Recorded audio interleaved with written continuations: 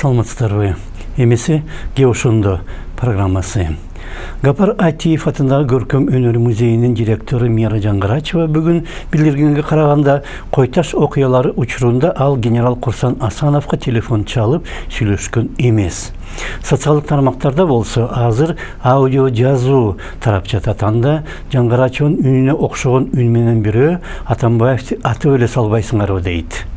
Бирок айрым адамдар жана күчтөр пайда болгон опурталдуу жана таза эмес абалдан пайдаланып, адам өлтүрүүгө жана күч колдонууга чакырып жатат деп Жаңғырачеваны күнөөлөй баштады. КСДПнын Асел Кодуранова жетектеген бөлүгү болсо Ички иштер министрлиги менен баш прокуратурага кайрылып, ага каршы кылмыш ишин козгоону талап кылды. Бул социал-демократтардын пикиринде музейдин директору сыяктуу жогорку кызматта иштеген жетекчинин адам өмүрүнө болгон мындай мамилеси жазаланууга тийиш. Анткени жаш муунга ал терс үлгү болууда. Аны менен катар партия бул аудио жазууну алар чет мамлекетке экспертизага жиберген. Бирок ал бул жазуу кантип пайда болгон, сүйлөшүү чын эле болсо, аны ким жана кантип жазып алганы белгисиз.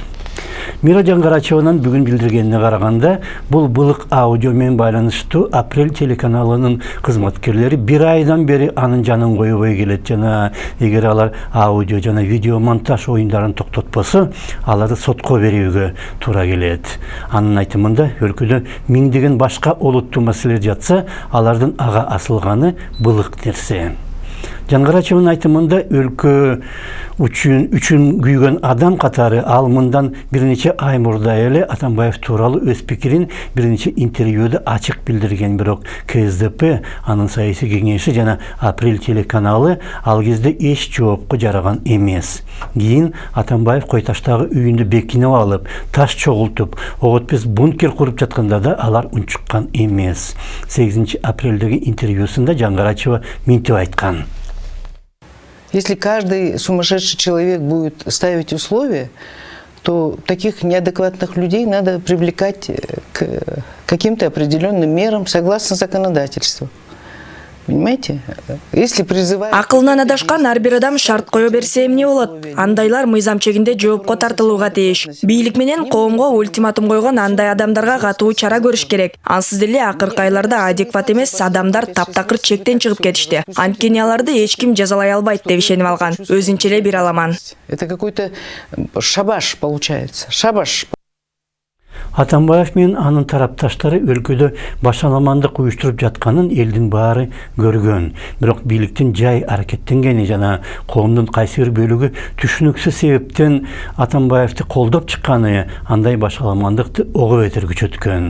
Мурдагы президентти жөн гана сабатсыз же акчага сатылгандар эмес, айрым интеллигенттер жана кээ бир маалымат каражаттары дагы менен алардын журналисттери да тымызын колдогон.